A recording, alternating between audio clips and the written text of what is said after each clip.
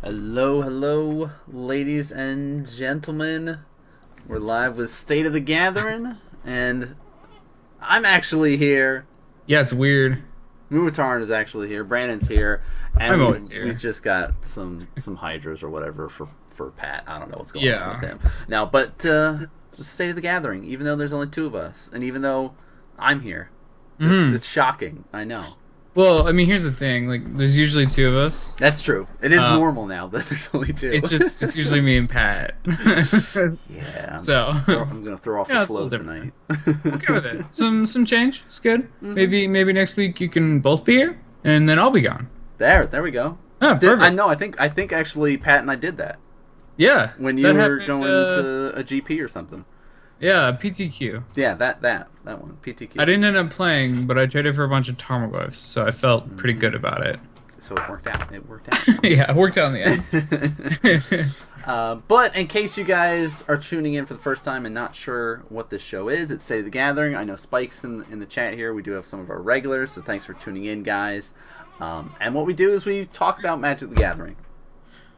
And we've got the Pro Tour to kind of be discussing this week as our main topic. If you guys miss it over the weekends, Honolulu and Hawaii, exciting action there with some standard kicking it up into full gear. So we can talk a little bit about that. There's also a few other topics that we wanted to go over, some news type stuff and whatnot. But before we get into all that, Brandon, how was your week? It was pretty good. Yeah. I didn't go play. That's right. What? I forgot. So, I'll tell the story as to why I didn't go play. So, Friday, I was getting ready. It was going to be a draft. I was like, all right, sweet. And I was watching some draft videos on YouTube and stuff, getting ready, thinking, man, I really want to draft that 5-color deck. It looks sweet. And my friend, who knows I have a standing, I don't know, thing on Friday, texted me. He's like, here's the drop of your plans. Now it's important. I'm like, all right, I guess this is a thing. What's up? And these were his words exactly. I have tickets to Tragically Hip for free. You also get food. I'm like, all right, yeah, I love a hit. Let's do it. And for anyone who doesn't know, it's a Canadian rock band. I'm guessing most of you don't. But yeah, they're pretty big here. Not terribly easy to get tickets. So I'm like, yeah, all right. They're playing in cameras. That's weird. Whatever. Let's go. As it turns out, it was not the Tragically Hip. It was a cover band. And the food, which I thought was like catered and good, turned out to be like this cheap, weird burger bar thing. So it was like all left downs, left and right there coming at you. I was totally gone to Magic. And then to make it worse, or better for him, I guess he really likes karaoke. And it was in a casino. And in the casino, they have karaoke every Friday. And I'm like, oh god, this is happening. So we ended up staying till like 3 a.m. singing karaoke. Okay. That was actually better than the concert. I thought it was pretty fun. Other than the people who sang Ghostbusters. Guys, I think that song's sweet, but you need to stop. It's dead. It's dead. Are you sure? Yeah, I'm pretty sure it's dead. The new movie's coming out soon, though. Or it's I shouldn't say it's coming out soon. It's like gonna start getting made soon. So I'm excited for that. But yeah, the song, people need to stop singing at karaoke. Yeah. That was it on Friday. I did go play some Magic on Saturday, and I played Modern, which is sweet. Nice. Yeah. What are you playing in Modern again? Jund. Okay. Yeah. It was fine. Like, it wasn't a sanctioned event or anything. It was just like some guys playing Modern. Okay. At the store. So we did like proxies and stuff. Wasn't a big deal. So yeah, it was a good time. So I had a lot of fun. It was better than Commander. That's all I'm gonna say. So well, I've been playing a lot of Modern. Yeah. And I've constructed a lot of Modern decks. How many you got now? I'm actually in the process of assembling my 6th Modern deck. Whew. And the 6th one, I actually just dropped $200 tonight on Liliana's. So, what are you building? The rack deck. Oh, so like make them discard everything and then make them discard everything, lose life with no cards in their hand and stuff. Hawks and stuff. Yeah, so I played it in the GP in Richmond. Played against it, and I was like, oh, this is a really, really cool deck. One day I'm gonna make it, And so now that I'm like, well, you know what? I've got the itch to just make more decks. I'm gonna make it. So I basically have it more or less proxied up with the Lilianas in here. I'm still missing the Thought Seizes because they're still with my buddy's standard deck, which also has the Mutavaults that he has not given me back yet. Hey guys. So card's not legal anymore. I know, and that shows you how much he plays Magic right now. So those are the only 2 cards missing from it. Okay. At this point in time, really, and then That's kind of building the sideboard kind of thing with it. But and then I've got like, of course, like the mono red burn, just like burn spells, Eidolons. Look, I have Lightning Bolt and Goblin Rabble Master. Yeah. And so it's just like a fun here's a burn deck. Just because I want to try to have as many variety of decks to, if I'm testing with people and be like, all right, how you do against this, and the mill deck, of course, blue black. It's so good with the fetch lands now. It gets even better because I can be like turn 1 crab, turn 2 fetch. Oh, beautiful! I love it. Then I've got a mono white knight deck, which is pretty sweet. I've got all the swords for it, so it makes it scary. Everything has got like double strike and protection from different colors and stuff. So it's just like a more of a fun tribal deck, and then Merfolk, and then still the Infect deck. Infect your little baby. I'm playing Infect on Friday. Because so Pendelhaven, a card that was like $1 is now $8. It's $8 now? Yeah, dude. I traded one for a Shockland. I'm like, what just happened? What? This is crazy. I only have 1 in my deck right now. The other one I took out. I used to run 2, but now I'm like, I don't really need to. No, it's weird. Like, I think it's actually just because Tom Ross is doing so well with Infect. And everyone's like, oh, I want to play Infect. What's this weird land? Pendelhaven. I better have 4.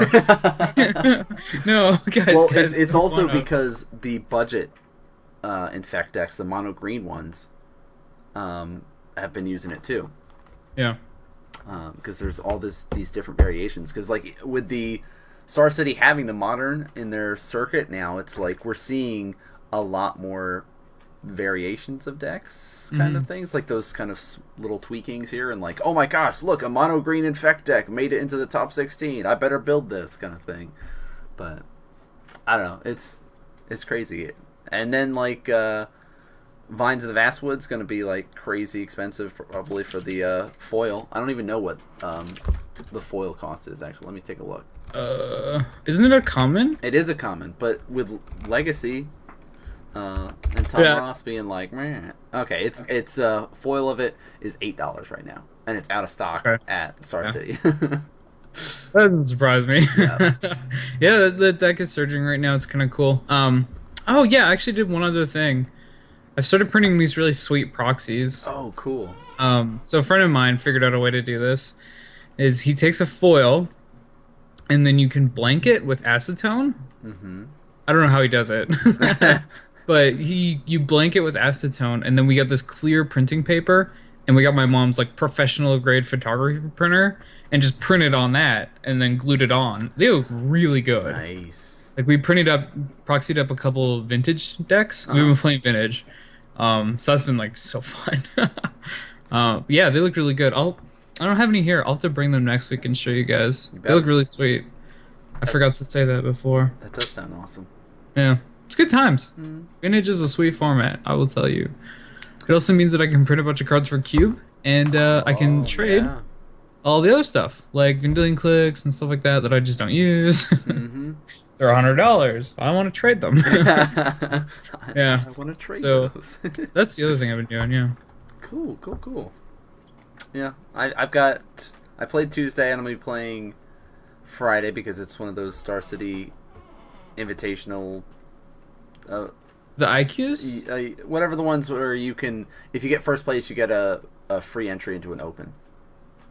Okay, yeah, I think those are. Oh, I don't know.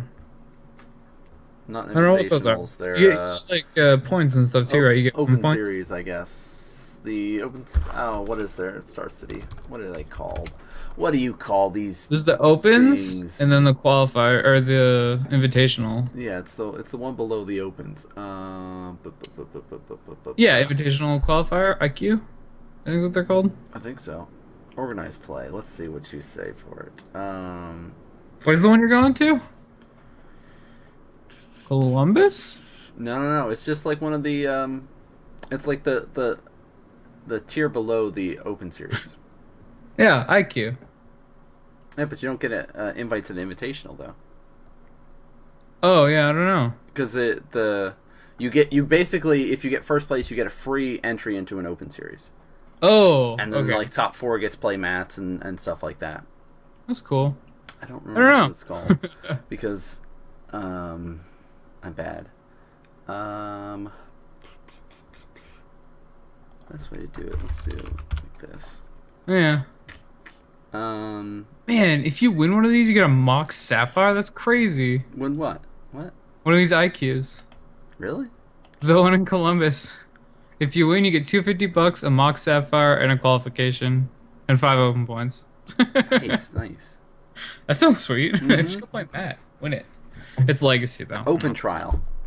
Open trial. That's what it's called. Okay. There we go. And it's modern.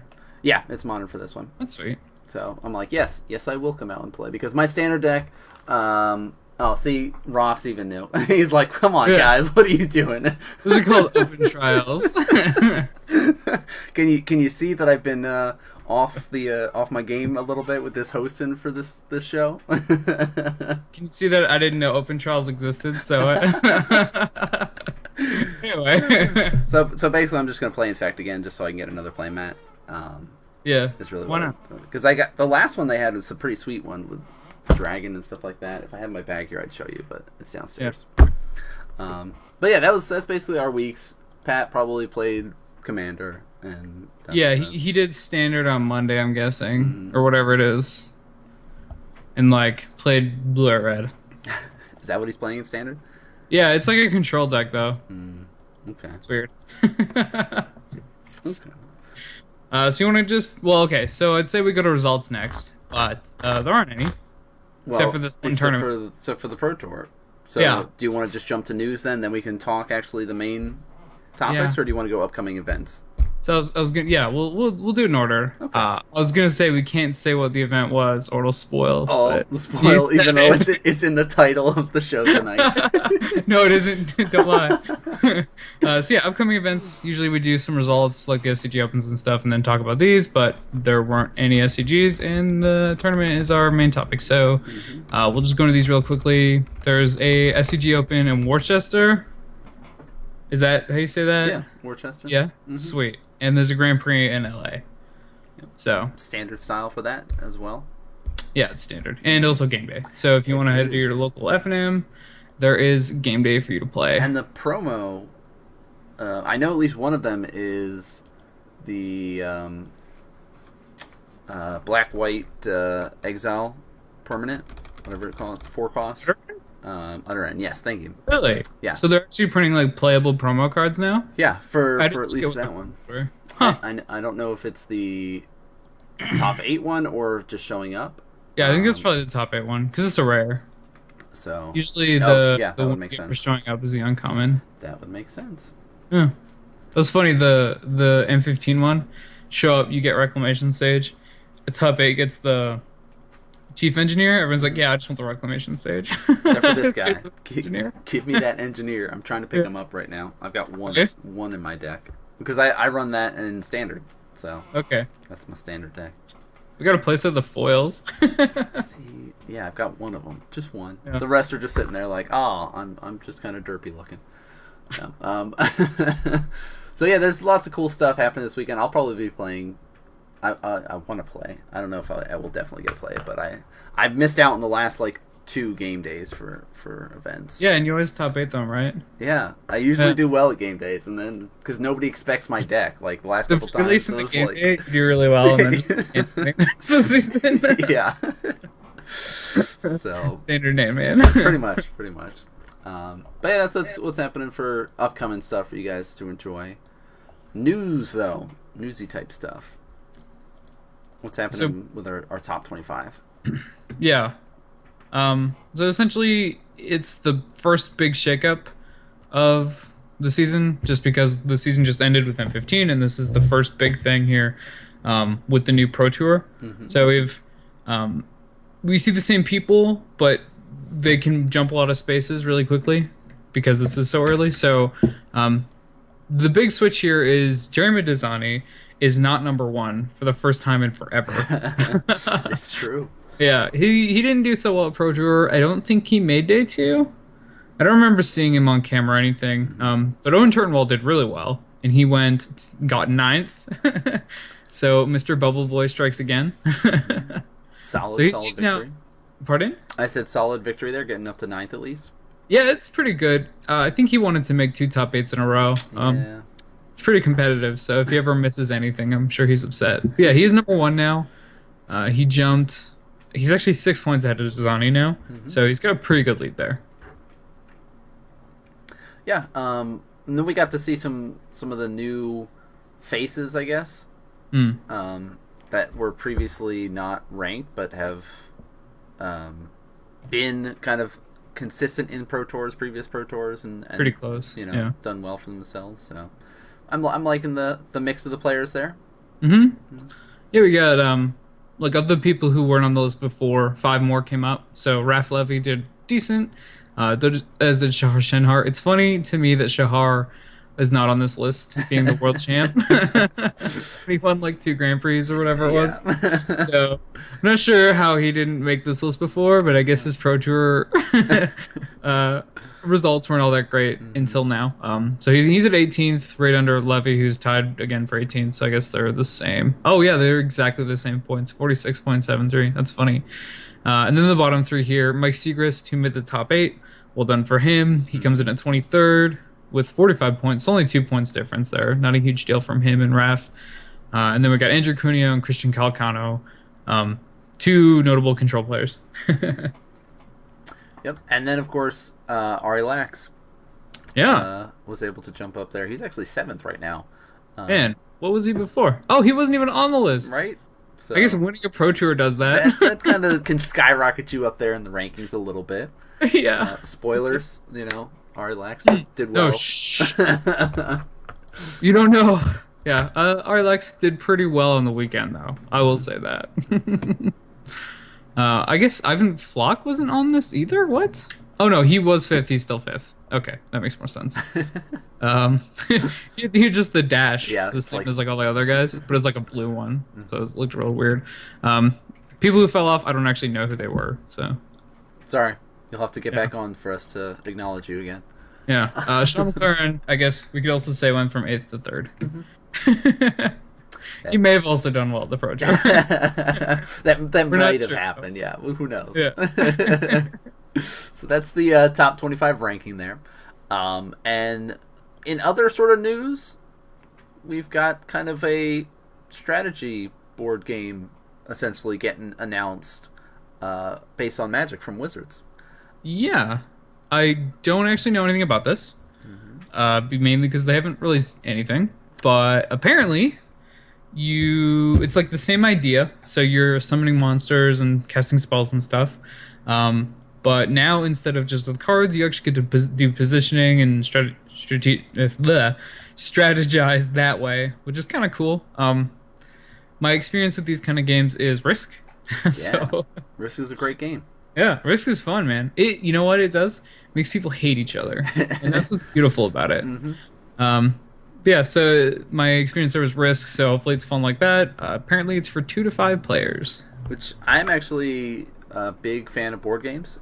Okay. I actually used to, not as much since I've been sucked into work and sucked into school again, but used to have like a weekly game night where we'd get together with friends and we'd play things, Settlers of Catan, Pandemic, Small World, all these sort of fun games with people. So I'm very excited that it's like 2 to 5 players that you can have some fun with it there. And it looks like with the picture, like there's Chandra there. I'm sure it's going to be Jace, kind of the usual planeswalkers that you'd expect. Like pretty much you open up a core set, those are the planeswalkers that you'd expect. But I'd love, and they definitely have the opportunity to be able to add more planeswalkers and more stuff with expansions. Mm-hmm. Like, it'd be awesome to play as like Tameo or something like that, or Sorin and stuff. Yeah. So I could see this being that new game that Wizards comes out with a new expansion for, like, every couple months, and I instantly buy it and spend all my money. So it really depends on how fun it is. Um, Again, I don't have much of a baseline for this. yeah, yeah. I do agree with you in that, like, they could do a lot of expansions, and that is kind of exciting. I think the reason that Magic is kept popular is because it can remain fresh, and yeah, this again, like a board game like this, even Warhammer does it. They update all the time. Yes. They keep bringing out new units, or I think they even change the old units. So each year or so, they come out with like a new base rules, and it adjusts all the stats and everything on units, and like they could even do that. They could. I mean, they have a lot of options to them, and it sounds like. I mean, the little excerpt that they gave with this post, it's like you summon armies, cast game-changing spells to outmaneuver your foes. You complete arena objectives to establish board control. You position yourself to launch your final strike. So, I don't know. I mean, with the way the board's set up, it looks cool. Like, it's all the kind of tiles connected together, and there's some things that are, like, up higher than other things. So, I don't know. I'm excited for more details. That's really what it is. Yeah, pretty much. There's not much we can really say at this point. 2 to 5 players is an interesting number, though. I think like 5 specifically. 2, whatever. You're not gonna play this by yourself, but they cut it 5, not 6, which is kind of feels like the usual number. I don't know. That was weird. Well, think about it like the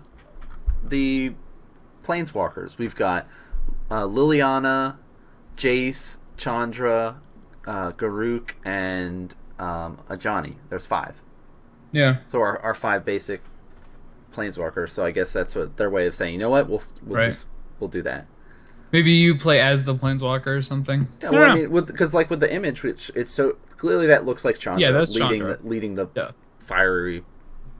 All the red dudes. Yeah, all the red stuff. So I guess they've just basically color pied it up and be like, all right, you want to play white? Boom, there you're going to be a Johnny. Play red, Chandra. And so we'll see. Green better be Garrick. If it's like black, you play Garrick. Like what just happened? I know what's going on with the current lore. This isn't right. So yeah, actually, that's pretty much all the little news we have today. I wanted a decent amount of time for Pro Tour, so you want to just jump in right there? Yeah, that sounds good. Sounds good to me. Cool. So first of all, the Pro Tour was this last weekend. For anyone who doesn't know, this is essentially, I'm going to say that the Pro Tour tournaments are the second biggest, most important tournament. Most important being Worlds. Yeah. I feel like, I don't know what the prize structure is for, like pro points, but to me, Worlds feels like a bigger tournament, something that's more important. Just getting to represent your country is a pretty big deal for a lot of players. So I'll say it's the second largest or most important set of tournaments. It goes on once every new set, so usually 4 a year. It used to be 3. That was changed, I think, last year. So we can look forward to more Pro Tour. And this time it was standard. Yeah. We got to see some nice decks up there in the top 8. Some of them were expected. Some of them, yeah. I mean, well, do you want to talk about some of the Jeskai stuff then? I mean, we also got to see one of the Ascendancy decks as well in the top 8. Yeah. I can't remember which player was using that actually. Li Shichen. Yeah. All right, let's see. He's I want to say Taiwanese. I'm not actually sure on that though. He might be South Korean. That could also be a thing. He is from the Eastern Asia. Southeast Asia, I guess. Yeah, so we kind of said it already. Arlax won. Congratulations to him. This is his first top 8, also his first win. So, well done. I guess it's kind of a new thing. Ivan Flock did it. Sean McLaren did it last year. Your first top 8, you have to win. So, that's interesting. I guess for people looking to get their first top 8. Sorry to interrupt. Li Shichen is from Hong Kong. Hong Kong? Okay. There you go. Sorry. I got the area-ish. Yeah, so RLX won. Sean McLaren was second. So that's two big finishes for him in the last 9 months. Yeah, Yeah. so that's pretty impressive. Mm-hmm.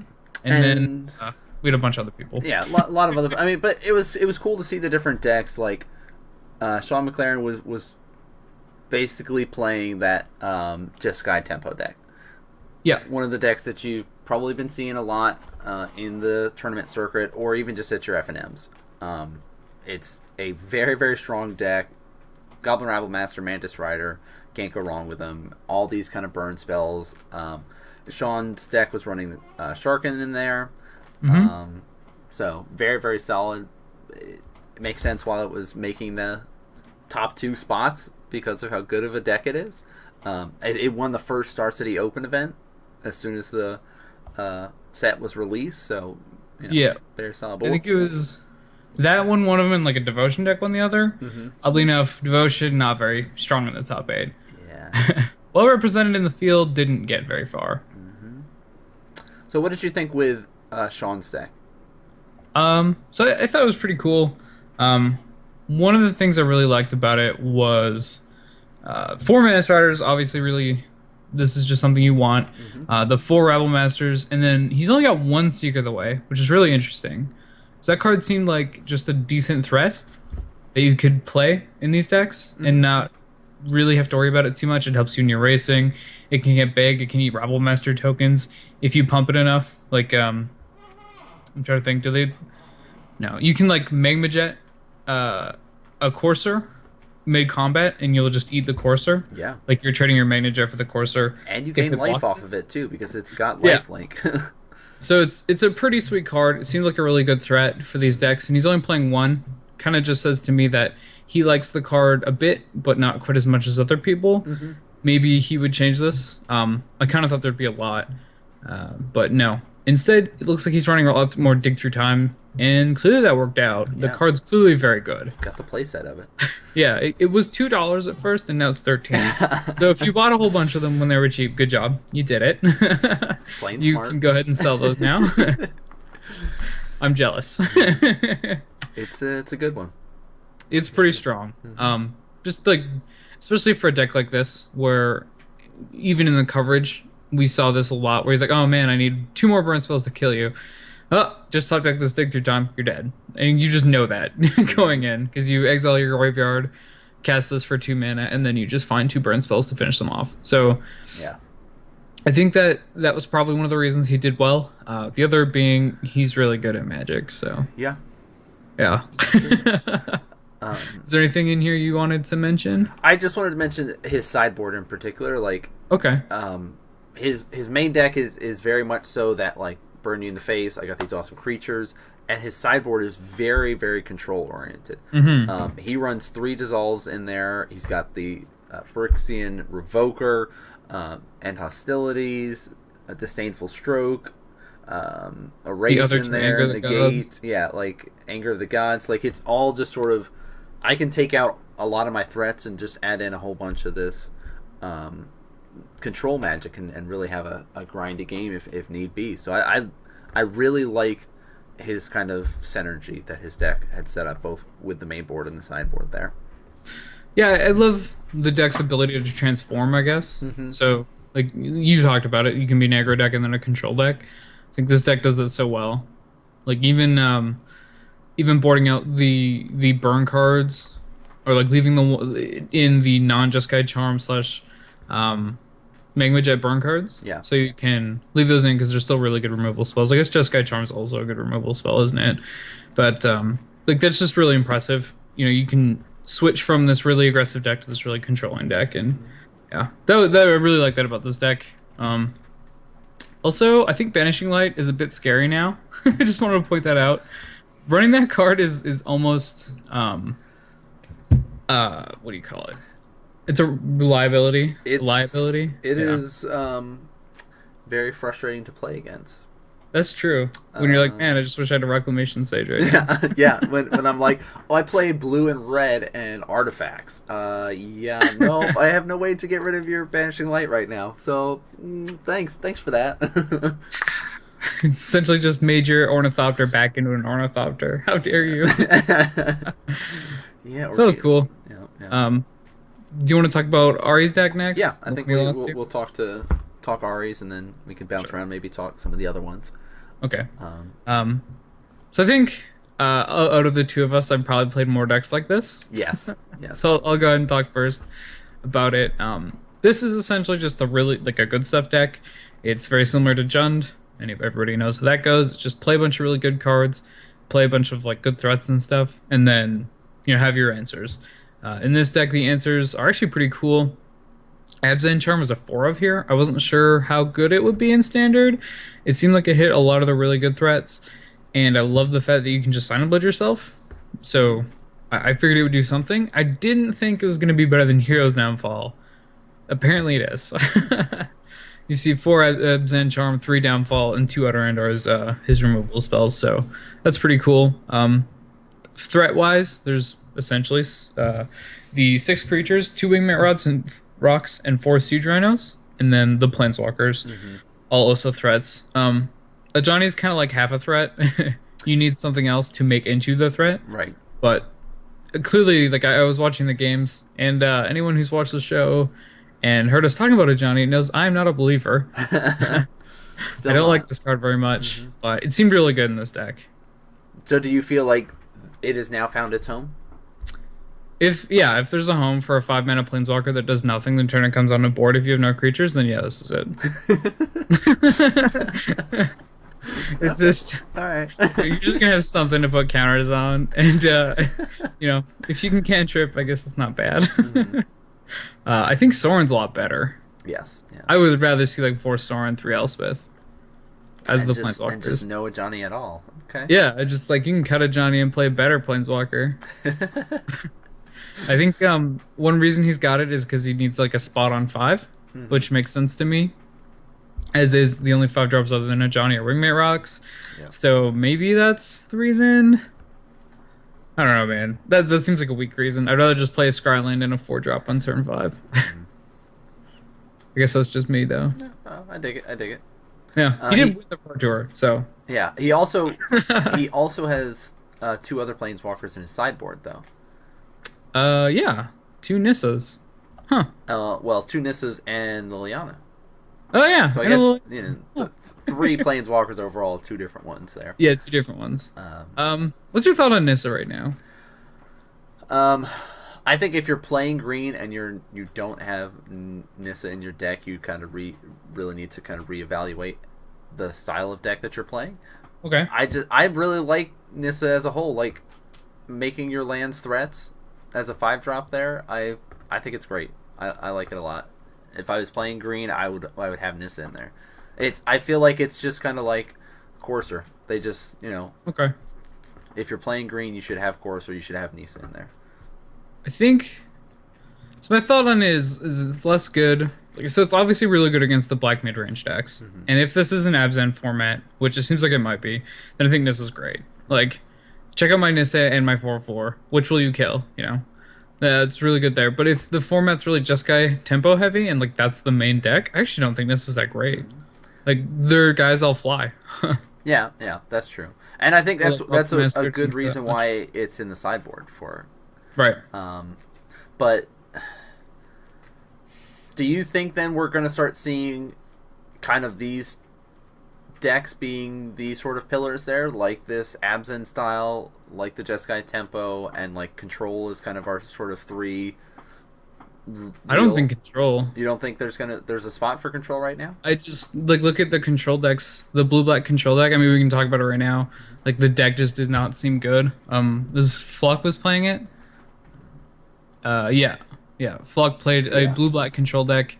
He got the top 8. I mean, he even said it himself. He's just like, this just isn't a good deck. So, looking at it, the big sweeper here is, what do you call it? It's that artifact. Vault? Yeah, Vault is something. No, it's not even in here. No. Oh, okay. So he's actually not got a sweeper. The closest thing he has is Bioblight. The Channel Fireball deck I think is better than. Like it was running Vault and that seemed good. And its win condition was the big worm, Pearl Lake Agent. Interesting. And well, I mean, still bad. he's got at least one of those in his sideboards.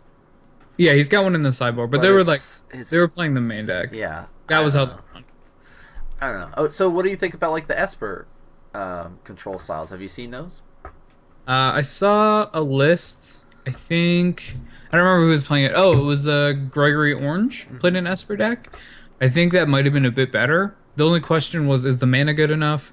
I think so. Like you can play 26 lands. Yeah, and with the fetches in there too to help you out, like you could get double fetch. Mm-hmm. I've seen a couple people at my FNMs that have been trying out the Esper style, and I liked watching them.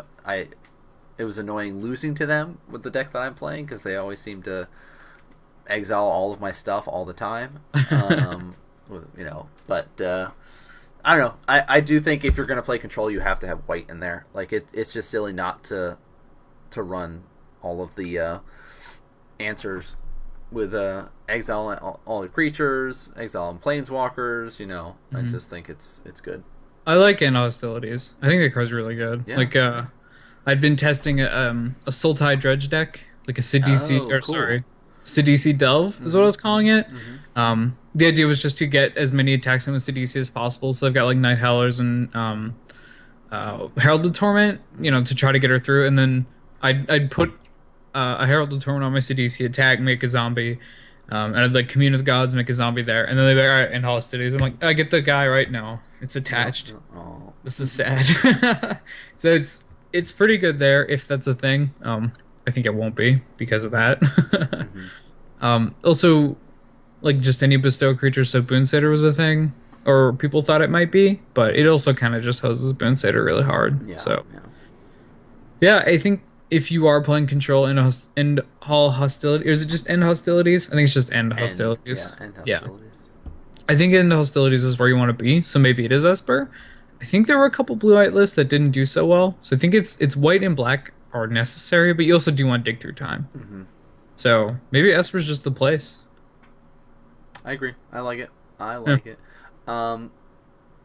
So there was another list that I wanted to talk about, another Abzin list. Sure. Very different from Ari's. I'm talking about Mike's list. The aggro deck? Yes. Yeah. That was running like the Fleece Mains, the Herald of Torment and stuff. Arrow of the Wilds is a sweet one. Didn't think I would see that, but we did. Yeah, this deck's awesome. Just straight up, like that's sweet.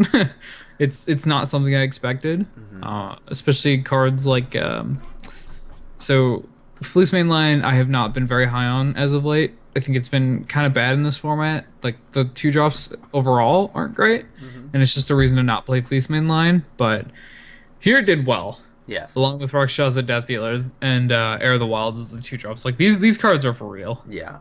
I actually like this deck a lot too, and I'm starting to lean more towards these kind of aggro-y based decks when I'm playing Standard now. I guess I've gotten so spoiled with how quick my Modern decks are that I'm like, yeah, I just want to be doing stuff turn 2. Like that's what we attack. I don't have time for the Maze's End anymore. Right? Like what is this? That was fun and all, but I need it. Yeah. Don't play real Magic. Exactly. So I like seeing this deck here. It was pretty fun looking. And again, Johnny, the mentor, is hanging out in the sideboard with this. Yeah, he's on the sideboard. There's one of them in the sideboard. I guess it comes in for controlling matchups. Like, no, I'm not gonna do it. I was gonna go Johnny again, but no, I've done that before. So, yeah, I think like he's a tool versus control, so it's a good sideboard card. That was my original thought. It's like I want this in my sideboard. I don't want a main deck. Yeah. Another thing about this deck that I thought was really interesting was Anafenza. This is a 3 of here. Who'd have guessed Lockstone Smiter would be better in this format than the other one? And it's harder to cast too. What's up with that? Like I think the second ability, I guess, the second ability is not very relevant. The first one is. Obviously, if you have lots of guys, you can get in there. And it's plus you just declare your attack too. It's not. You have to deal damage with it, so it's like, all right, I'm swinging in with him, and look of all these 2-drops that I played that I can't really do anything with right now. Oh, now they're all bigger. Yep. So I like One of this. I like it. Yeah. I like that. So if this were in the same color as any good Convoke card, other than like, there's the rare Quarter Calling. Yeah. So if Quarter Calling was getting played, then I'd like this card a lot more. Like, oh yeah, I get to Convoke for my Quarter Calling and then attack and put a counter on my dudes. Because a lot of times you're gonna be like, oh no, my people are all really small. My Air of the Wilds is just gonna get eaten. I guess it is Death Touch. It's a bad example. My Rakshasa Death Dealer is just gonna get eaten. I don't have enough mana to pump it right now, and I need to keep tapping all my mana to cast spells. Well, this way you can tap your guy, put a counter on him, and maybe next turn you can actually attack and get in, and then it snowballs. So I think I'd like a lot more. That said, I still like it. I'm not trying to say this is bad or anything. Like, this is clearly good. I think the card's pretty sweet. And in an aggro deck where you're just able to attack with other guys, oh, so good. So good. Just snowballs out of control so fast. The other cool card, Herald of Torment, I think really just helps with Anafenza. Just like throw it on the Anafenza or what you want to put the counter on. Yeah. And then you can keep getting in. So that's pretty sweet. And again, we see 4 Siege Rhinos because that card's crazy. Because it's so good. So good. 4/5 Trampler there for 4. Yeah. 4 or 5 Tramplers. I mean, it just makes me want to play Absent just for Siege Rhino. Like, yeah. Just like, yes, I want this card. I think I do want to talk about this other Jeskai deck. So the Shaman Claren list, I think it was out in like the first round, maybe second, but it's very different. So this list doesn't actually have Goblin Rabblemaster main deck, which is crazy. I don't get it. Can you see a reason? Are you talking about Andres Dras? Okay, yeah, that's what I thought. Yeah. The Ash Cloud and Stormbreath one. Yeah. No Rabblemaster. Yeah, it's definitely a unique perspective on it. Like, yeah, I don't know.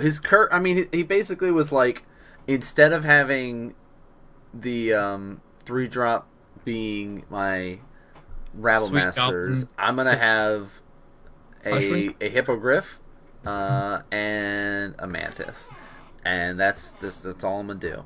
I'm just gonna. I mean, I love the Mantis Rider. I think this card's awesome, but I want Mantis Rider and Goblin Rabblemaster. What about the matchups where Hushwing Griff is just a really bad creature? Yeah. So would you rather than see Hushwing in like sideboard then? Yeah, I think it's a sweet sideboard card. If Siege Rhino is as big as it is, I want that. But I think with what's this deck? The Jeskai deck also being really popular, it's just so bad in that matchup. Yeah. I just want to master so much more. I think the only thing that I can think of him thinking that I want to have these in there for main board is maybe he was expecting a little bit more of the Abzan sort of style of decks coming out, but I don't know. Like, I guess turn 3 you've got a 2/1 flyer, but with how good Jeskai is, it's easy to kill.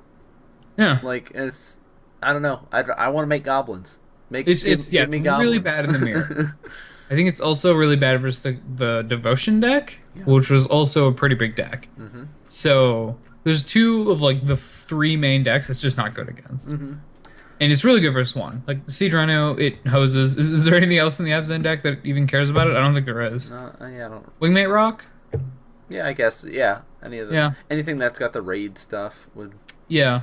So Wingmate Rock and Siege Rhino is pretty much it. It's just not enough for me. Yeah, I don't know. I don't want to say like it's a misread by having it in there. It's completely preference wise for him to not have the Goblin Rabblmasters. But I do feel that if you're looking through the top 8 decks, and you're like, I just want to mirror it and just build it kind of thing, I would say avoid it. I think you could adjust it a bit and take out the Hushwing Griffs and just add Rabblmasters, and then I'd be like, play this deck. I like that he has the Phoenix and the Stormbreath in there, though. I like that. Yeah, I think Ashcloud Phoenix is a good threat. It's resilient, which isn't something that's usual for these red decks. So just being able to flip your Ashcloud Phoenix, especially just using all your mana later in the game, is pretty nice. And I think Stormbreath Dragon, man, it's tough.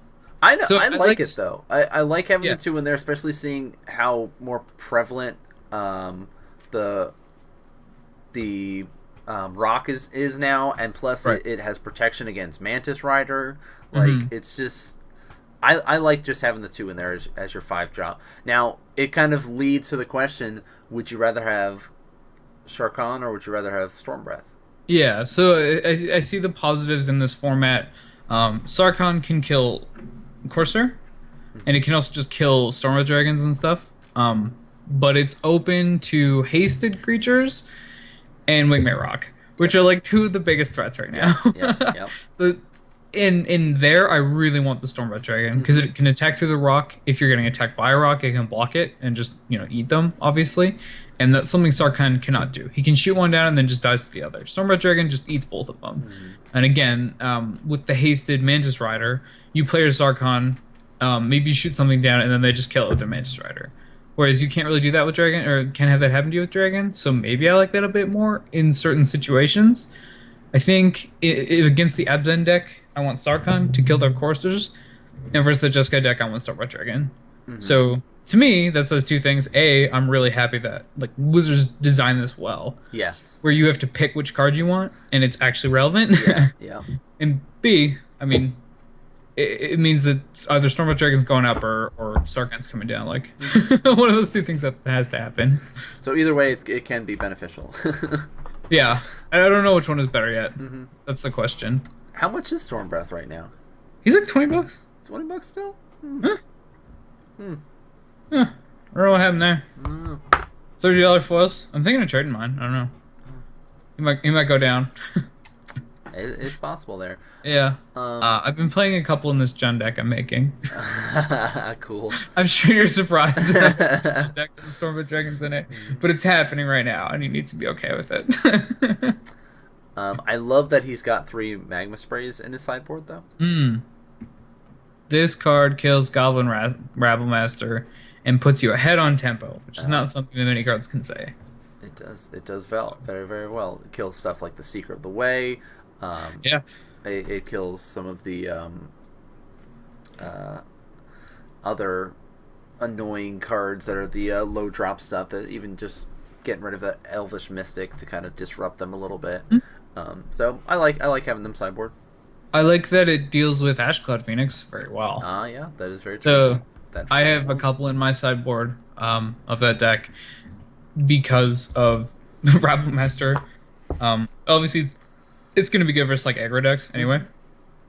And then if they are playing Ashcloud Phoenix, it's really nice. Like it's like, Ashcloud Phoenix, I'm 4. What are you going to do? Exile it. Yay. Yay. GG. So I think it's really good there, and I just love that it's 1 mana, so it's so good at Yes. at coming back from behind. Like it's just such a tempo gain. So it's really good. I think Magma Spray is actually one of the better removal spells right now. Just so weird to say because I hated it last standard. I think this card's terrible. It has 1 target. Why do you play this? Why are you using this thing? Yeah. So you want to move on here? There's another Abzan deck. I mean, it's a little different than Ari's. Like, he's got main deck Bile Blight and 1 Enofenza. As well, he's got 2 extra Fleece or Wingmate Rocks, and he's just kind of cut some Planeswalkers. So instead of there's like 7 Ari had main board, he's got 2. So that's the main difference here. There's also 1 Whip of Erebos, apparently. That's kind of spicy. I like it. I dig Yeah. it, you know. I mean, you're running all those creatures. Bring some Yeah. of them back. So I think it's funny. So I think they were talking about it on coverage. How Whip usually has really good interaction with cards that have entered the battlefield effects, but Wingmate Rock is not one of them. Because either you whip it in so you can attack with it, or you whip it in post combat so you can get the rock permanently. yeah. And you can't get both. Yeah. Which is really funny. So it's kind of sweet. It is really good with Siege Rhino though. Well, do not be fooled if you whip a Siege Rhino into play. That's gross. And you should probably, I don't know, be institutionalized. Like that's just not right. I'll drain 3, attack with my 4/4 or 4/5. It's got lifelink and trample. GG. Oh, it's great. Thumbs up. It's pretty. Yeah, I mean it's solid seeing these Abzan decks doing well. Yeah. They were pretty high presence in the top 8. Yue Watanabe, he played the Jeskai Ascendancy, but using Brimaz. Is Ascendancy this is? Or not No, Ascendancy, I'm sorry, the Tempo. The Tempo deck. Yeah, Yeah. words and stuff. Words and stuff. So he's got one extra Sarkhan over what Sean McLaren had. Yep. And then he's running the Brimazes, and he's got the full Force Seeker the way. Yeah, full Force Seeker the way. Playset of Mantis and Goblin Rabble Master. So the standard that you'd expect out of Mantis and Rabble Master, but yeah, adding in the Seeker and adding in the Brimaz. So cutting down a little bit on some of his. I think on the burn, right? Yeah, on his burn available to him, just to kind of have a little bit more aggro style there with it. Yeah, I like it. You know what? Brimaz is an awesome creature. Yeah, he's pretty strong. Mm-hmm. I thought he was going to be more of a presence after a lot of the really good removal rotated. Mm-hmm. We didn't really see him that much, though. No, I still think he's going to start to be seen a little bit more, though. Yeah, his price can't go up because he's like $35. Well, but this is that card that it reminds me of Voice of Resurgence, where like it doesn't get played that much, but it's so expensive. Yeah. Like, why is it so much? Who is buying this? Why is it still going up in price? Yeah, it's crazy. Yeah, a buddy of mine is building Mono White Devotion right now. Okay.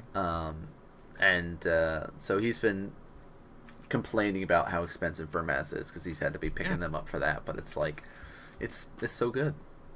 He's very strong. Mm-hmm. 2 white mana symbols, like just the 3 mana 3/4 that has extra value as the game goes on. Like, yeah, that's so good, especially with Vigilance. Vigilance is like an ability I've underrated. I don't underrate it anymore. I don't think. I realize it's very strong. Yeah, especially after seeing how much work Mantis Rider does. Yeah, that card's so good. Yeah. There's no Xenagos in the top 8. I wonder why. Yeah. I also do like the 2 God's Willings in this list. Yeah, it is a little bit of a change of pace having that protection and scry in there. I like that, you can God's Willing your Brimaz, get it, and stuff like that. Mm-hmm. That's just really strong. I think he made the play of attacking with Rabble Master when he had like 3 tokens, or 3 or 4 tokens out, and giving a God's Willing. So it's like, here's 7 damage to your face. Enjoy. You accept these charges. You don't have a choice. So that was pretty sweet. Mm-hmm.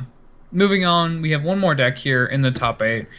Li Xiqian from Hong Kong is running some sweet combo. Yep. What did you think about this deck? Actually, my buddy is running a version of this in Standard. The same buddy that's making that Mono White Devotion in Standard. Oh, yeah. So I've been able to see it, and a lot of people might have heard about it, heard rumors of it, because it is winning turn 2 in Modern right now. It can do that. It can do that. You can be able to combo into a turn 2 win consistently. I have seen it. It's sweet. But as a standard deck, it's a super cool deck. Like, I love the fact that you have that available to you. Is like, you know what? I love playing combo decks. Yeah. I can play a combo deck in Standard now, kind of thing. This is the first version that I've seen actually using a Planeswalker, though. Yeah, this is super interesting. And he's using. Did you see what he does with it? No, I did not get to see any of his games. Okay. Sadly. But what did he do with it? So Briber's Purse is essentially just a 0 mana artifact here, and with that you can make infinite mana, and if you have 2 guys, or no, you don't even need 2 guys. So you make 1 billion mana and just don't loot with your Jeskai Ascendancy, and you keep recasting it, and you bounce it with Retraction Helix. If you have 2 guys out, you make all the infinite mana, and then you play Nissa, and you bounce Nissa with a Retraction Helix, and you just turn all your lands into 4/4s. Ah, what? What? Yeah, that's sweet. So Nissa's his combo piece. Oh, and don't worry, because they're creatures and they're 4/4s, they get buffed up by your Ascendancy. So enjoy that. So I watched him do it. I'm like, he played Nissa. What's he gonna do? Attack with a 4/4 every turn? That doesn't seem very good. And then he explained the loop on camera. I'm like, oh, I get it. He just turned all his lands into 4/4s, and then he untapped them. That is A plus. Yeah. A plus there. The other combo is, you can use what is it? Where yeah, okay, Dragon Mantle to draw your whole deck. If you have a mana dude, you either have two mana dudes or you twin flame your Sylvan Caryatid, and then you just keep putting Dragon Mantles on your Caryatid and bouncing it with Retraction Helix. You draw your deck to what you need, and then you can attack, or there's one other way to do it. I don't remember what it is. Oh, you tap all the guys with Briber's Purse, and then you attack that way. So, and there's a lot of variations with these Ascendancy decks, like some that are just running like the Stratus Walk, and, Aquarius Form, just ways to give your guys evasion, and then you just be like, all right, I'm comboing off, getting all of the counters going, all my stuff, drawing all the stuff, and now I'm swinging in for 35 damage in one turn, and you're like, well, that was fun. It is a Storm deck, guys. Plain and simple, it's a Storm deck. Like, it's pretty much you're really pretty much close. playing with yourself, and it's if you like that kind of Magic, this is the deck for you. Yeah, I like that. So online, it's a huge problem because it takes like 7 years to go off. But in person, all the combos are like loop based. Yep. So you can just show them the loop and then be like, all right, you mind if I keep going? And you just do it however many times you want. That's really nice. Eggs wasn't like that, and the reason Eggs took like 20 minutes for a turn is because it wasn't like that. You had to keep making decisions the whole time. This is more like, I got my combo, I cast a Dig Through Time and I got the pieces, and then I just made the loop and then killed you with it. Yep. And they're like, okay, yeah, I concede. Usually you like make them show you how they kill you, and then you have an understanding of the deck, and then you go going. So that reminds me of the Cardboard Crack one about the combo. Have you seen this one yet? No, I don't actually read Cardboard Crack. It's so funny, man. It's so good. I have a lot of people tell me like, yeah, I mean, it's good stuff. You should read it. Right, and there's a couple that like my roommate's shown me, and I'm like, yeah, that's pretty funny. But I've never started reading it myself. Okay, I'm gonna throw it up on stream for you guys. On stream. In the meantime, I will point out that his sideboard is just 4 Savage Knuckleblade, 2 Polychronos, 3 Lightning Strike, and 3 Arc Lightning, and then 3 with Swan Songs. So his plan is, I'm gonna combo you game 1, and then I'm gonna board into a monsters deck. Pretty much. I thought that was really funny. It's like everybody else is gonna get all these. They're gonna. Oh, why is my stupid thing not working? Sorry, I'm failing on you guys here while I'm trying to. I've ass pieces. That's what we see. There we go. All right. Finally, I learned how to click my mouse appropriately. Oh, man. Let me bring this up.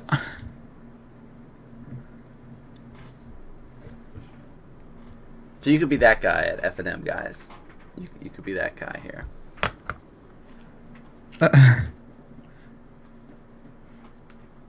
Take a look at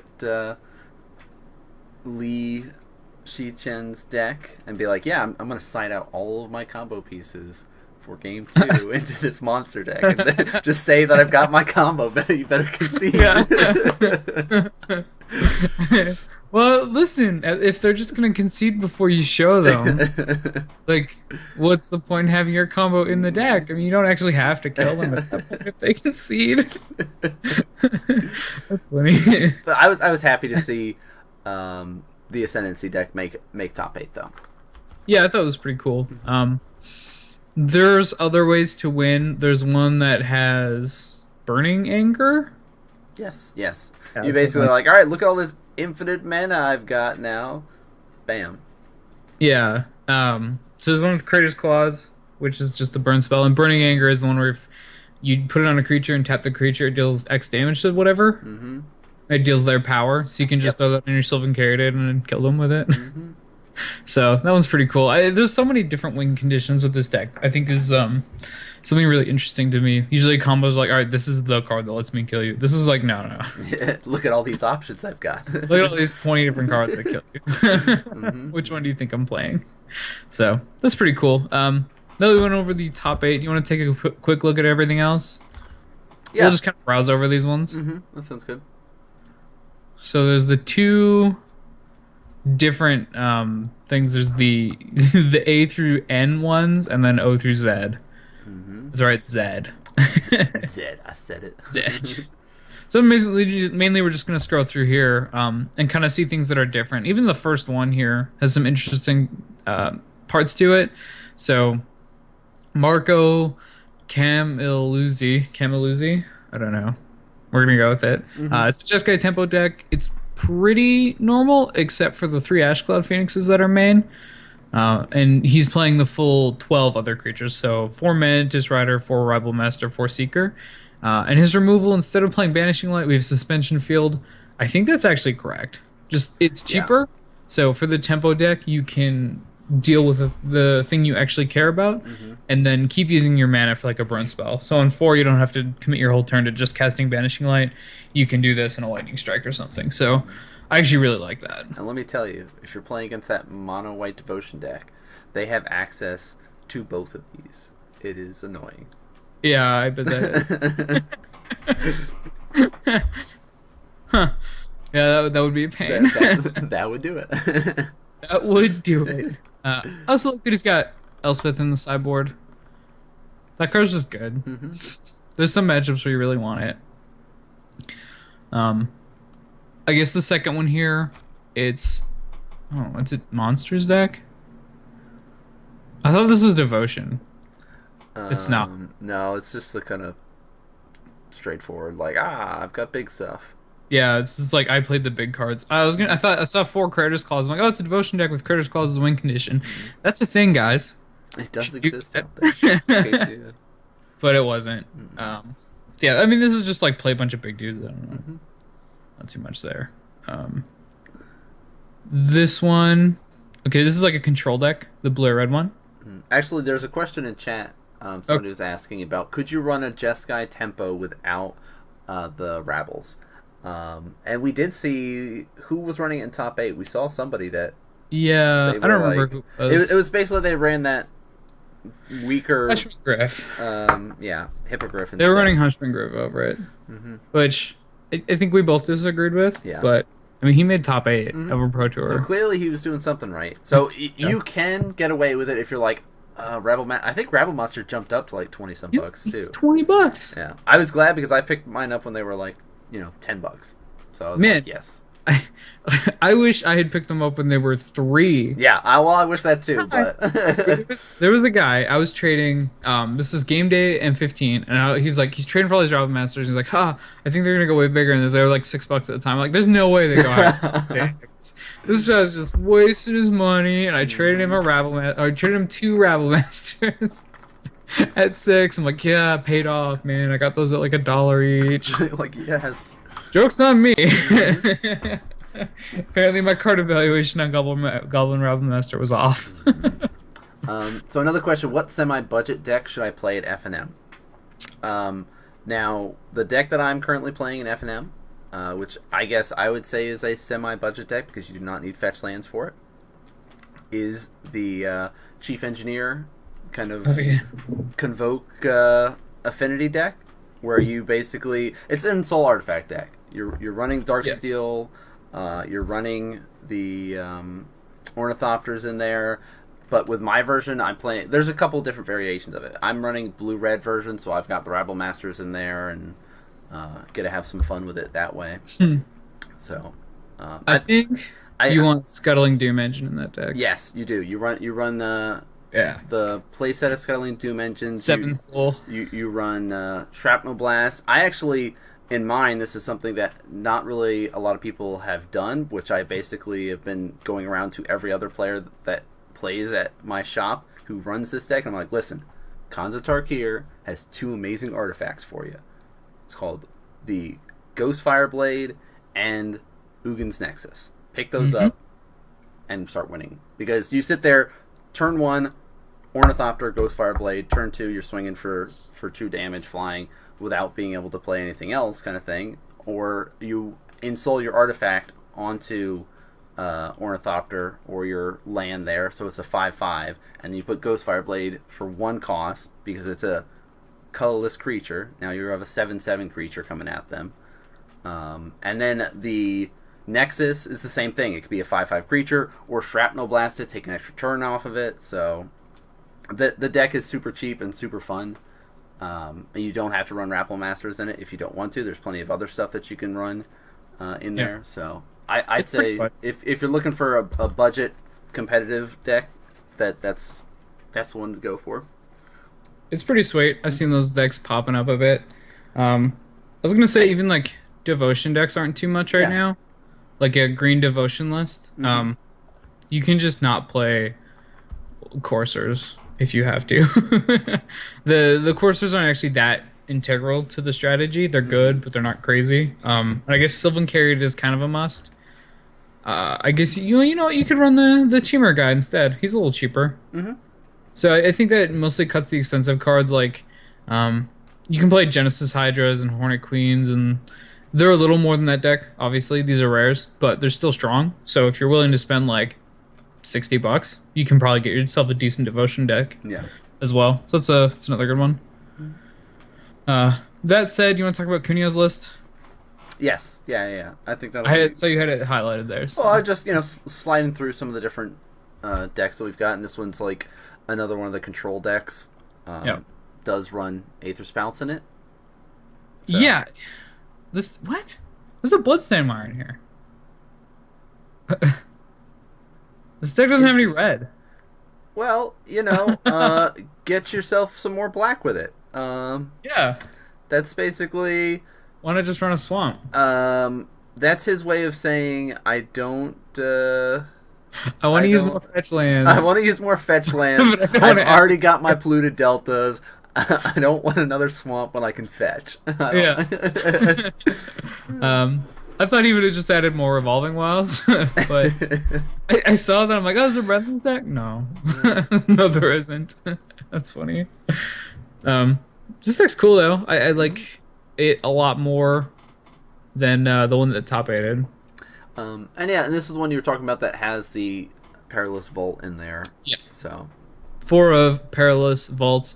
Also running Jason's Ingenuity, which not very many decks were. Yeah, that's true. Really interesting. So there's 3 Jason's Ingenuity and full 4 Dig Through Time. So he's clearly understood that drawing cards is good, and that you want card advantage. But maybe Divination's not great. Darn it. Even though it's cool. Yeah, I think Divination's fine, personally. Maybe he wants... Oh, you know what? He wants a card, a fetch land, so that he can delve Murderous Cut. Yeah. It's gotta be it. The 2 Murderous Cuts that are here. We figured it out, man. We got it. So, Planeswalker deck. Yeah. This is interesting. I think this is nope, this is not Ref Levy. Raphael Levy and his Team Revolution, I think it is. It's like Mostly Del Toro, Raph Levy, Todd Anderson. This is one of the decks they came up with. Was the Marty Walker deck. It's pretty sweet. It's got a lot of good controlling elements. And 27 lands is a lot. Yeah, think of it basically like a red, white, black control deck. Yeah, is essentially the best way to look at it. I mean, you're running the Utter Ends. You've got Crackling Dooms in there, Anger of the Gods. So it's and Hostilities. So it's got some sweet stuff. And then you're just like, I've got awesome Planeswalker. What up? Yeah, it's like it's like the John Walker's list. Very similar there, where you're playing a lot of Planeswalkers, and just playing Planeswalkers gets you value, so you get ahead that way, and then you just kind of control the game with all these other spells. So pretty sweet. I like that it is running Chain to the Rocks, though. Yeah, to say. I was about to say that's a card that I'm a pretty big fan of. It's hard to run it in a 3-color deck. But having Bloodstained Mire and Evolving Wilds makes getting a mountain not that difficult. So you've essentially got like 4, 7. You've got 10 mountains in the deck. No, you got more than that. 11. So 11 different mountains in the deck is probably enough. Yeah. I think you want more, but the card's just so good. Again, it's like a 1-mana removal spell, and those are just really important. Being able to gain tempo in this format. Like if you're on the draw, you just lose here. So having one mana removal spell helps you come back, which is what I really like about it. Hmm. Also, Anger of the Gods is sweet. People should play more of it. Yes, yes. It wrecks that Jeskai deck so Hmm. bad. Or at least kills all their creatures. You still get burn spells. And they probably still kill you with those. But that Goblin Rabble Master and that Manus Rider, they're dead. So dead. Yeah, I mean, with a lot of the decks, they're going through them. They're pretty straightforward. Here's another like Ascendancy deck, using the Voyaging Satyr to untap your lands and stuff, instead of like Kyora's Follower. Yeah, this deck's also running Taigen Scheming. Everyone, I need to talk about Taigen Scheming. So, a lot of people think that this card is good. They're incorrect. You need to stop playing it. I think in this deck it's fine. Yeah, okay, I was about to ask. Yeah. This is a deck that can take advantage of it. Like, setting up your draws with this kind of deck is kind of what you want to do. It's a combo deck. I've seen people just play this in like a mid-range deck. They're like, oh, this is good, right? No. No, it's not. Don't do that. You're just discarding a card. You're paying mana, and you're casting a spell, and you get nothing. Mm-hmm. You get nothing. Yeah. Don't do it. This is bad card 101. Mm-hmm. I mean, there are situations where you might want it, and sure, there, but if you're in a mid-range deck, don't touch it. Yeah. Don't touch it. Yeah. Treasure Cruise, on the other hand, is sick. You should probably have more. I would check out 2 of these Taigen Schemings for 2 Treasure Cruises, and the other one for something else. I don't care. Anything else, don't matter. Yeah. I guess we should go through what the win con here is. It's Altar of the Brood. Essentially, you just mill out your opponent. Mm-hmm. You can do that same loop, like, I think Dragon Mantl's in here. No, it's actually not. No Dragon Mantles. How do they draw their entire deck? Okay, so Astral Cornucopia just lets them loot forever. That makes sense. So what they do is they just have Retraction Helix on a dude, Astral Cornucopia, keep untapping your guy, obviously, and you just go until you have Altar of the Brood, and then you keep doing the same thing with Astral Cornucopia and don't loot after that. Mm-hmm. So, pretty straightforward. Pretty sweet combo deck. I really am a fan of these. Yeah. No lots. Yeah. Another just Sky based deck. Mid range. And another mid range. It's a lot of junk and slash. Yeah, well, mostly junk mid range. There's a Mardu mid range here. This is actually the first time we've seen Butcher the Horde. Oh, okay, yeah. And Nathan Herkimer. Herkimer. Sorry, dude. I can't say your name in a non-derpy fashion. Nathan Herkimer. I actually like Butcher of the Horde a lot. Yeah, I think it's pretty good. I did not see it very much, though. No, and it is sort of a rare occurrence to see, but, like, think about it this way. On decks that are usually running it are going to be decks that have a lot of things to sack. Mm-hmm. And with the way he set it up, it's perfect. Having the Rabble Masters, having the Burmaz there, and you're like, all right, I've got a 1/1 token. Yep. Boom, get rid of him. Now my guy's got haste. Now my guy's got lifelink. Now he's got vigilance, whatever. And I'm just able to just power through and plow through you with my 4-drop, 5/4 flyer. Yeah. I think Butcher the Horde could actually just get better the more we understand this format. Mm-hmm. It's really good versus the Jeskai deck, just in that it eats every single one of their creatures. Yes, yes. So it's really nice there. And you talked about it a bit, the synergy with Goblin Rabble Master. I think specifically against the Courser decks, where your Rebel Master tokens are just suiciding, you can just sack the guy for lifelink or haste on turn 4 and not just have your 1/1 die for no value. So that's really good. I mean, that's like an obvious synergy, but I've talked to people who didn't see it. Yeah, so now everyone knows. Mm-hmm. The more you know, guys, and the more you know. And it's got some solid planeswalkers in it. You're playing white. Why would you not play Not enough Elspeth? Sorens here. Not enough Sorens. I agree. The card's really good. But I mean, so he runs 1 Soren. Yeah. I'm sorry, 2. 1 in the sideboard as well. Yeah, one on the side. 1 main deck. But he also has 4 Sharkins available to him. He's got 3 main board, 1. Too many. Or I thought he had one sideboard. Maybe I misread that. No, he has Chandra instead of. Yeah, He's got three Sarkhan main. Yeah. And 2 Stormbreath Dragon. Mm-hmm. I like having the Storm Breath in there though. So. Yeah. But what would you switch up then to allow more Sorin? I think I only want 2 Sarkhan main. Mm-hmm. He's good, but there are times where Sarkhan just doesn't die. So just 2/2/2. Yeah. I think that'd be fine. Also, I'm not a huge fan of Burmaz. And he's got a lot of 3. Yeah. Well, no, I guess he doesn't really. Just the Rebel Masters and the Burmaz on 3. So maybe it's right. I think 2/2/2 on the Planeswalkers would probably be a little bit better.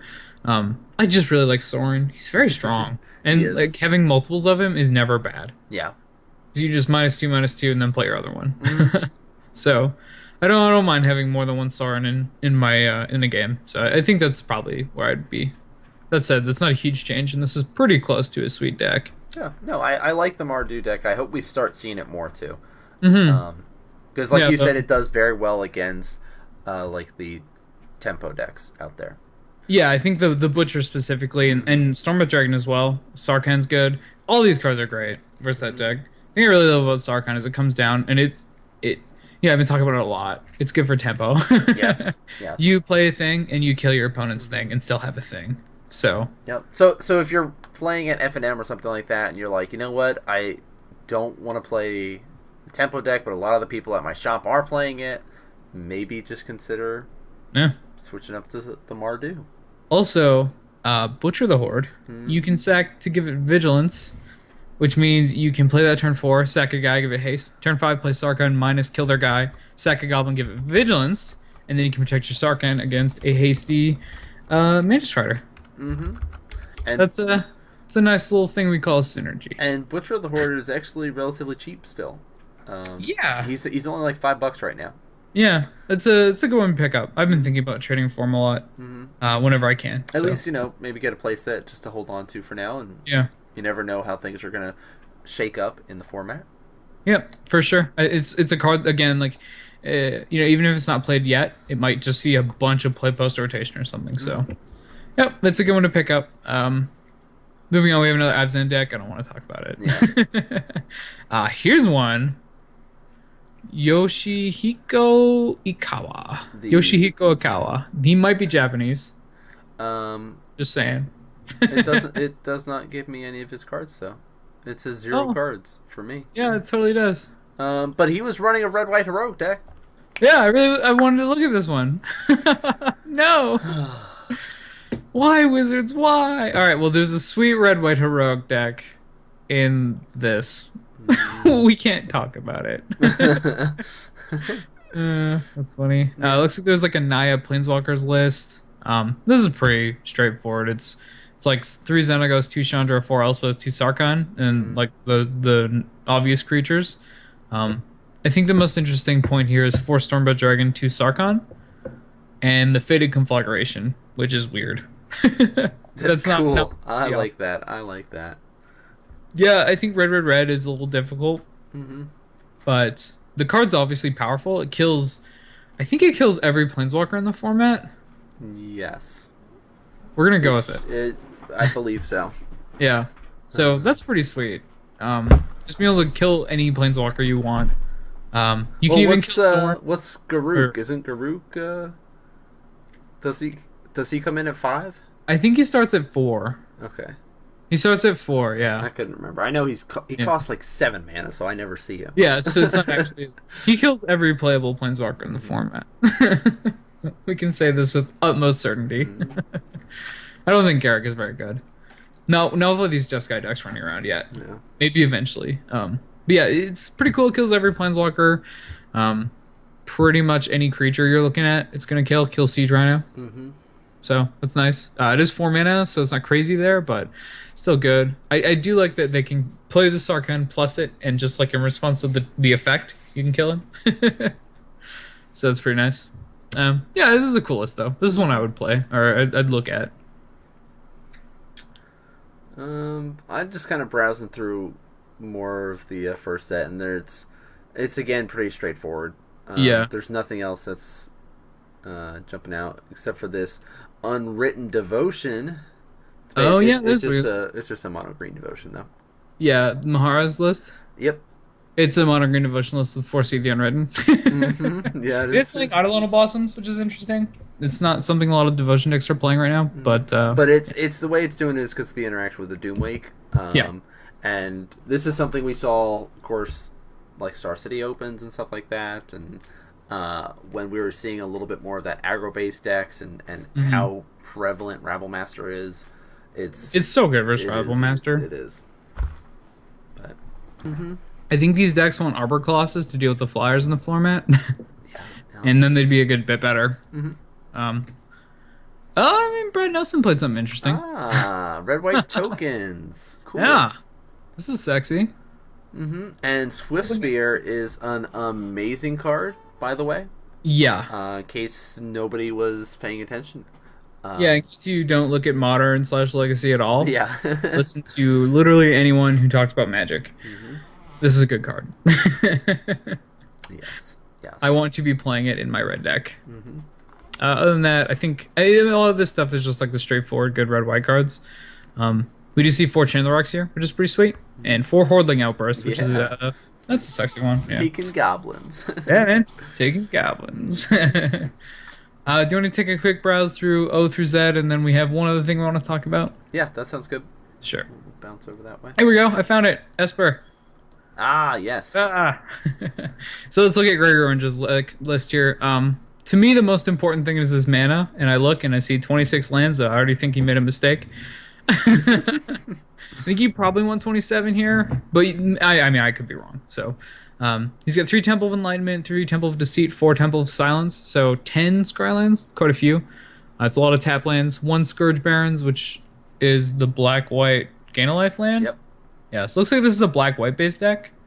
Mostly he does have the 5 tap black-white lands, and then 3 plains, 2 islands, 3 swamps. So looks like he's definitely more black-white. He's got 3 deltas, 3 flooded strands. I think that's probably right. 6 fetch lands is feeling really good in this Jund deck I'm building. Like, I don't even have to run paint lands, and this guy's not running paint lands either. Yeah. So it feels about right. I think maybe you want more of my land, maybe you don't. I didn't test the deck, so Right. we can always just go with his opinion. Now, you were saying how you haven't really tested Esper decks. What are your thoughts with Jace in a deck like this? I don't know. I think if there's a home for Jace, it's in like a Delve deck. Just because then I mean, he is running the dig through time. Yeah, he is running the dig through time there. Yeah, actually, And I think he's got a playset, so with the dig through time, and he's got Murderous Cut. Murderous in Cut there, as well. So yeah, I think maybe like a one of Jace. I don't know how many I want. yeah, It's a card that we haven't really explored very much. And because of that, I'm really not upset about holding copies because I think it's a card that could be powerful. Like, the effect is interesting. It doesn't actually give you card advantage, but it kind of ramps you a bit in the Delve list, and it gives you good selection. So for those that aren't familiar with Jace's plus one, actually I can just pull it up on Gatherer for us here. Make it nice and easy for everybody. Yeah. Let me pull this up. Jace the Living Guild Pack. This is the only Jace that's legal right now. Thankfully, there's no more memory depth. That card's just not fun. You don't like him? +1 draw a card. All right. Fine. I mean, he's good, obviously. You draw cards, but... Okay. Here we go, guys. Now we can... Speak about the Jace. Be able to see him. But yeah, Jace +1, look at the top 2 cards of your library, put one of them into your graveyard. So you get 1 card, essentially, out of it, get rid of 1 card. Yeah. Return another target non-land permanent to its owner's hand. And -8, each player shuffles his or her hand and graveyard into his or her library. You draw 7 cards. And he actually avoids that burn spell that we talked about. It deals 5 damage to a planeswalker. Yeah. There we go. Because he's a 5 loyalty starting out there, so you and he goes to +1 6. Boom. There we go. Fated Conflagration can kill Jace. So yeah, I guess that's kind of cool. This card is cool. Like I was playing the CDC Delve deck and I had two copies of it. There were times where I really liked it because I could play him and bounce something and then get in with CDC and just being able to feel my delves a bit, getting rid of lands that are on the top or whatever. Pretty nice. So I think if you're in the right deck, he seems good. This seems like a deck that could run him. It's looking for a lot of incremental advantage. There's not a lot of just okay. Well, I guess there isn't any. There's no what's that card? Draw three, Jason's Ingenuity. So there's no like pure card advantage cards that are really good. Yeah. There's Divination and Dig Through Time. They're 2-for-1s. Dig Through Time is more like a 3-for-1, Yeah. really, because you just get to pick what you want. So it's pretty sweet there. Um, so I think this is the kind of deck that could run it. The question is 5 mana doable here? Like, is that worth it? Obviously, Elspeth is a stronger card than Jace. She's only 1 more mana. So is 5 mana doable? And does it really help with your game plan? Does it progress you anywhere? Does it help you live for a long time? Or does it kind of just dirtle a bit and then die? Which I'm not sure. I think the bounce ability is really nice here. So that's a plus, but you can only use it once. It's not like you can minus minus. So I don't know. It's a question. It is a What do you question. think? I actually was just looking through the cool feature that Wizards has on their site with their decks that you can look at the stats of it and see like the mana cost and their color breakdown Yeah. and all this stuff. So I was distracted. I apologize. Looking at all these cool charts that they've got. Yeah, this is cool. Sorceries, creatures. Yeah, so Hands too? yeah. I wouldn't keep this one. Ashiok, Elspeth, and 5 lands. Seems pretty bad. Oh, I got a double Ashiok, Heroes, Downfall, Thoughtseize. So That's not bad. yeah, pretty happy. This one's not bad. It's 4 lands and the Flixniece Ram. A thought season of Bob Light. Anyway, we should probably stop doing this. sorry guys. Totally Cool distracted. new features that we found out on Wizards site about going through their decks list. But I don't know. I like the Esper deck. I think it's cool to try variations of it to see can it have a place Yeah. in standard. I think it's possible. I don't think it's going to be as prominent, but I definitely think it's one of those catch players off guard decks. So It's got some really good tools. Being able to run and hostility is really great. Yeah, it's in here. I couldn't see it. What? And you can run like the premier removal spells. I think Murderous Cut is undervalued right now. Guys, you can just jam through these into your deck and usually pay like 2 mana for it. yeah. So that's a really strong spell. One here I think is too few. Given how strong it is, I think Bile is one we're overrating. So, with some tweaking here, some better card evaluation, maybe we can get to the point where Esper is actually a big deal. Because the mana is actually really nice. Yeah. I will say. Being able to run all these fetch lands is very convenient. It's very good, and fetch lands are obviously strong. We're all excited about them. Well, this is where you can run more. And with the temples, it's not too bad. The pain and stuff. I guess this is one point where this deck could hurt. If you don't have a Nyx Fleece Ram, you're going to take a lot of damage. Yes. It's hard to get the life back. So, I don't know. I just like these running the Nyx Fleece Ram. That's pretty And sweet. he's running the main board too. A lot of Yeah, decks it's we've just been seeing main deck. have them sideboard. So Yeah, that's pretty crazy. Not something we've seen before. Except for that Ram beatdown deck that Tom Russ almost ran, and then thankfully did. Deck sounds terrible. Yeah, so I think we touched on that one pretty well. Here we have. All right, yeah, this is just a black green devotion deck. It's got a Garrick in it. I was excited for like half a second. There, another black green devotion deck popping up. Another red white token stack. Oh, hey, you know what? Garrick starts at 5. So See. configuration doesn't give him. I thought his ultimate was 7. It's like he starts at 4 and then goes to 5, 6, 7, and then you ult. But the ult's 8. So there is my confusion. Another red white token deck that's pretty sweet. Adrian Sullivan ran a blue black control deck. Had Lily on a main board. Ashioks. Yeah. Yeah, Ashiok's in there. 4 Ashioks is a lot. I'll say that. The mistake here is he's on run 2 dig through time. You did it wrong. Dig through time so good. Yeah. What's your opinion on Jeskai Wins as a name? I like Jeskai Tempo better. Yeah, I agree. Just Guy Wins is just like a It silly sounds name. kind of lit. Yeah, I don't like Red Deck Wins either. I think that's a silly name as well. Yeah, Wait, so what if it doesn't win? right? Then you're just like, you got red stuff. Red Deck. Red deck. I don't know if there's anything that we didn't get. No, looking through it, it's all just There's one monsters deck. yeah. Yeah. We had the monster deck, token decks, mid range decks. There, Jeskai, both tempo and ascendancy. Couple of the few control players we touched on. Yeah. Yeah, that's pretty much really the decks worth mentioning. Now, of course, there could be other decks that have floated around that, like the heroic deck that sadly we didn't really get to Yeah, the one heroic deck. do much coverage for because for whatever reason it's been removed from the internet now. So with that in mind, then, what cards did you really think we're gonna get? I should say, what cards did you not expect properly? So these are cards that you either expected to be really good or they weren't, or cards you didn't see coming and were kind of awesome. Is there anything in particular that you thought of? I mean, going into it, I was still expecting to see the tempo decks do very, very well. I wasn't really expecting the Rakshasa Death Dealer, like aggro style Abzan deck. Yeah.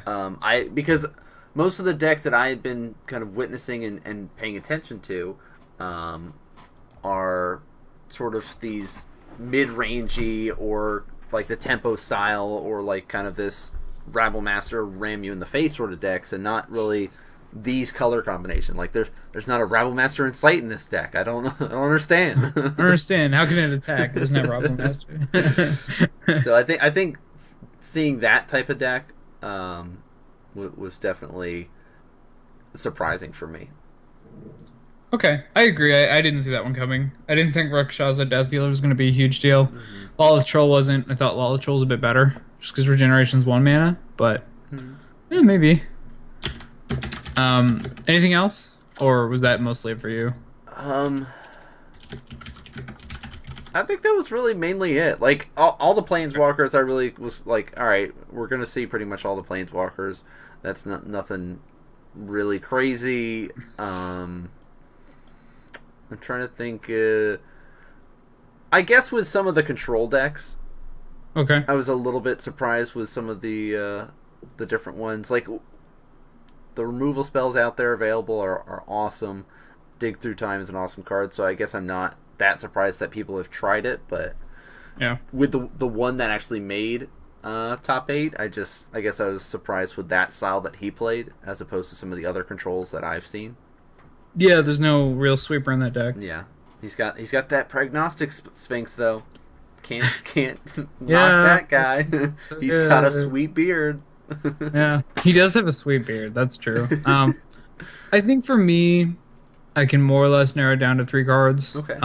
See the Unwritten was not one that I expected. I read that, I'm like, oh, this is a cool casual card. Maybe it's gonna go in my commander deck if I ever have a deck that can really, really help with this. Apparently, it's a standard card. Mm-hmm. I didn't know. Another one, I kind of expected there to be a lot more Anger of the Gods. It felt like it just dealt with almost every threat in the format, but I guess if Seedrana's like the main threat, that and Rock, it doesn't hit either of those. Yeah. So playing it in main deck is a bit of a liability against the Ebzen deck. I think it's a very good sideboard card. It's clearly good versus the Jeskai deck. It can do a lot versus Devotion as well. When they play all their little mana dudes, you just kill all of them. It kills Hornet Queen along with her little buddies, so it's pretty good there. Oh shoot, what was that other one? There's another card that I thought was gonna get played and it didn't. I don't remember it. Oh no, it was the other way around. Perilous Vault, that's what it was. I didn't think I was gonna see any Perilous Vaults. Yeah. That's a lot of mana for an exile effect. Mm-hmm. Like a lot.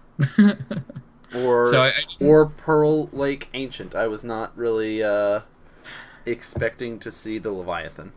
I knew someone was gonna play it because someone's like, I want to play control deck, and it's literally the only win condition. Like you can play that in Elspeth, but Elspeth you can't protect as easily. So I was like, someone's gonna play this stupid snake. this, Mad about this it. stupid snake. It's so bad. I was watching coverage with a friend of mine on his TV, and we're listening to Zach Hill. He's like, "Yeah, and there's really powerful synergy between these two cars." We're like, "Yeah, you bounce all your lands, and then you get to replay your 6/7. But if they just try to kill it twice, you can't do anything, and then you die." Like, I don't get it. Well, Zach. that was fun. Yeah. Why is this good? As it turns out, if the game goes literally forever, it does actually eventually win the game, and you can just keep replaying it. So, I guess it's the best option we have. It is no Aetherling. Not even close. Nope. Yeah, so I don't know. Those are the cards that really that got me. I think there's one other thing I want to talk about just really quickly. So on Twitter and on SCG in the comments, a lot of people are like, "Relax, you're a douchebag. Why you play like this?" I think that more people should be like him because he was actually fun to watch. And all the other Pro Tour winners, I have nothing against you, but you're boring. Yeah. So, can you explain to me what all the hate was about? Because I didn't quite understand where it was coming from. This happened a couple times where he'd talk to his opponent or whatever during the match, and I think there was one time he top decked an Elspeth and like got really excited and like clapped in front of his opponent and everything, and it was like, "Oh, that's so rude, so rude." That's not rude. Are you kidding me? Yeah, he's just happy. What? Would you rather watch some professional chess player top deck the Elspeth, slowly lay it down, and then say, "Okay, sir, it's your turn"? Or would you rather like someone who's actually excited? Yeah. Come on, man. He just made top 8 for Pro Tour. I don't blame him. No. So, I don't know. A lot of people got upset about it.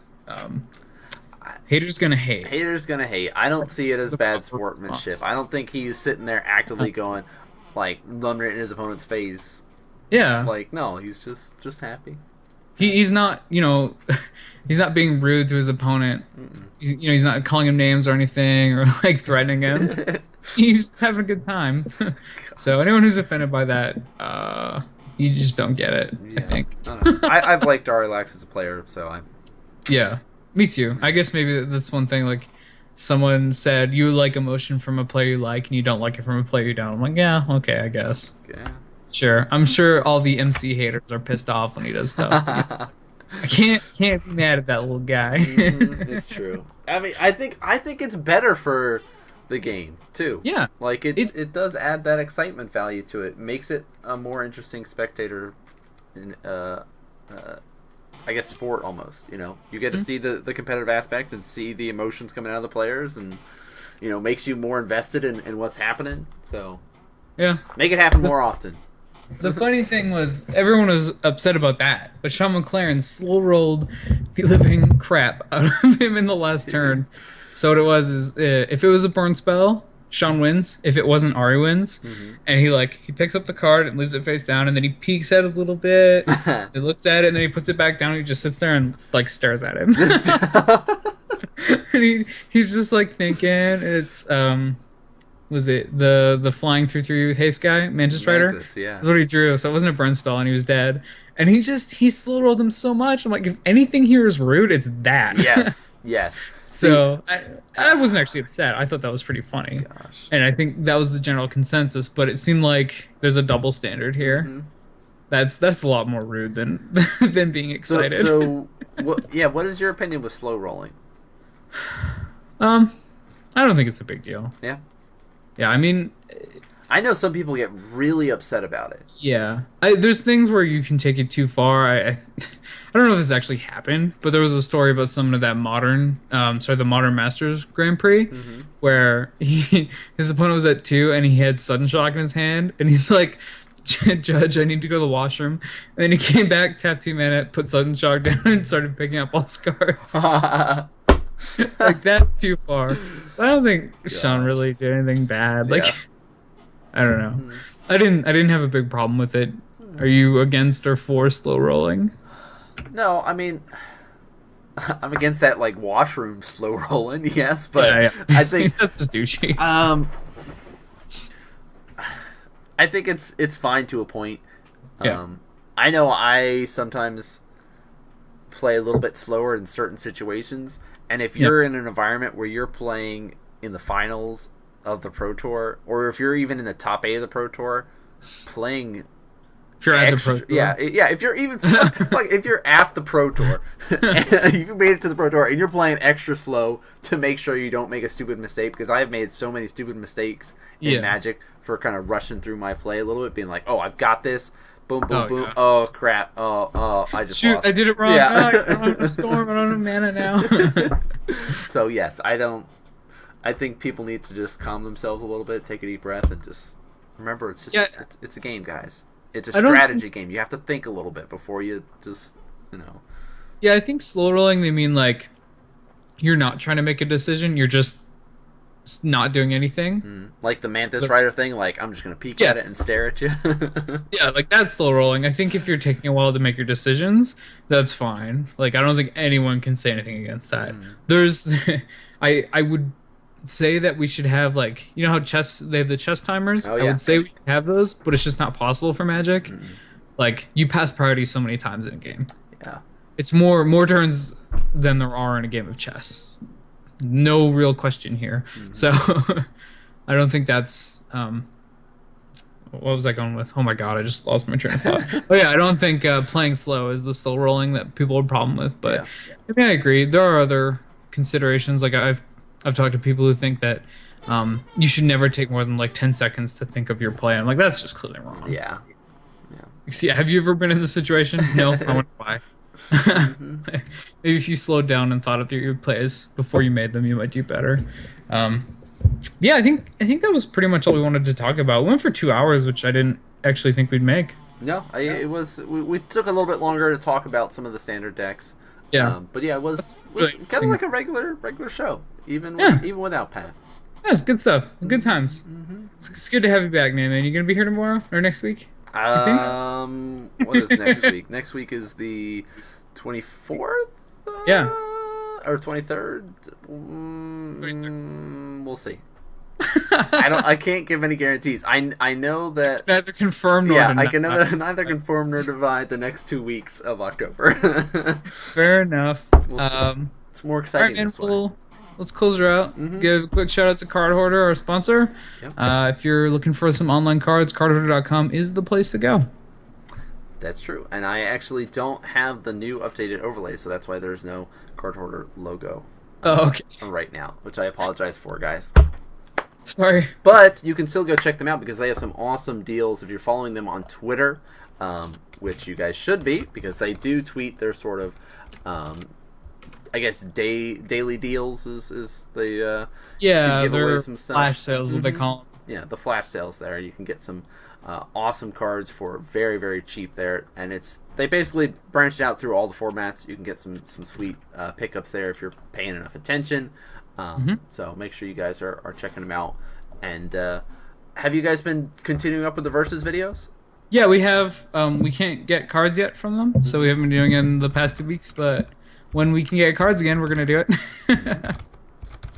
I think they're just replenishing their standard stocks, so as of now, we can't do it quite yet. Hopefully next week. Hopefully. And if you guys have not been able to watch the Versus videos or miss some of the show tonight, you can always check out the VODs over on youtube.com/stateofthegathering. That's where all the content does get uploaded for you guys to be able to enjoy. So for truth. But Brandon, where can people check you out online? Generally you can just follow me on Twitter. It is right there below the screen. I think all our Twitters are there. Yeah, just at Muatarin. That would be the best. If Except not, it still says US Morel. Yeah, God, it still hasn't been changed. It has. Yeah, but yeah, Brandon Mutaroni under the Your Host segment. Easy. Yeah, easy peasy. Lemon squeezy. Yeah, that's the best place. Generally tweet before anything happens if I'm casting StarCraft or, doing the show or whatever. Yeah, and of course you can check me out at The Real Nan Man. I do StarCraft content over there on my channel, twitch.tv/The Real Nan Man. Every week I do my weekly web show, SC2 Up and Coming, so you guys can check that out as the StarCraft season's kind of coming to a close. Things are getting a lot more exciting, so you can check that stuff out. And of course our other host, Pat, he is at You are Pat McLean there. You can check him Yep. out.